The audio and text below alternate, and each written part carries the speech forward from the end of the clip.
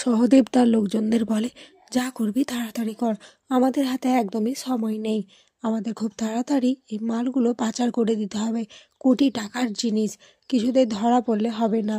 আর চেকপোস্টে আমি কথা বলে নিয়েছি, ওদেরকে টাকা খাইয়ে দিয়েছি, তোদের যদি ধরে আমার নাম বলবি তাহলে তোদের ছেড়ে দেবে, নে নে তাড়াতাড়ি কর। অপরদিকে রাঙাদের একজন খবর দেয় যে জঙ্গলে কারা মূল্যবান জিনিসপত্র পাচার করছে। রাঙারা খবরটা পেয়েই ওদের ডেরায় চলে আসে।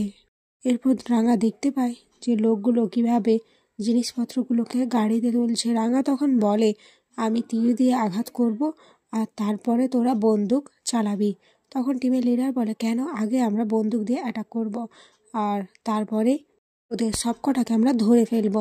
রাঙা বলে, কিন্তু বন্দুকের আওয়াজ পেলেই তো ওরা ভয়ে চলে যাবে আর আমরা কাউকেই ধরতে পারবো না, তখন কিন্তু হিতে বিপরীত হয়ে যাবে। কিন্তু টিম লিডার কিছুতে রাঙার কথা শুনতে চায় না, তর্কাতর্কি শুরু হয়ে যায়। তখনই আরেকজন বলে, রাঙা যেটা বলছে সেটা শোনো না, যাও রাঙা তুমি তোমার কাজ করো। এরপর রাঙা একে একে সমস্ত লোকগুলোকে তীর দিয়ে আঘাত করে।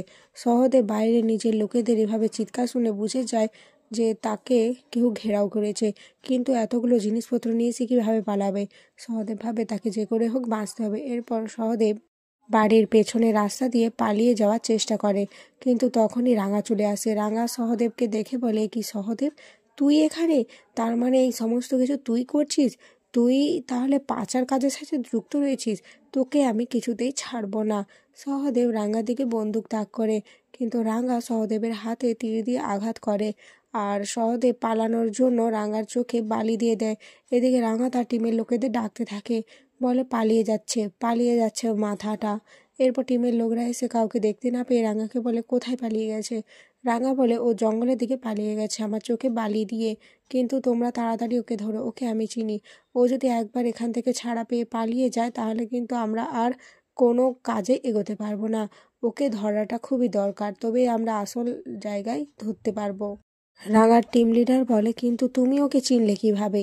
রাঙা বলে, এখন এইসব প্রশ্নের উত্তর দিতে আমি পারবো না, আগে ওকে ধরি তারপরে বাকি কথা হবে।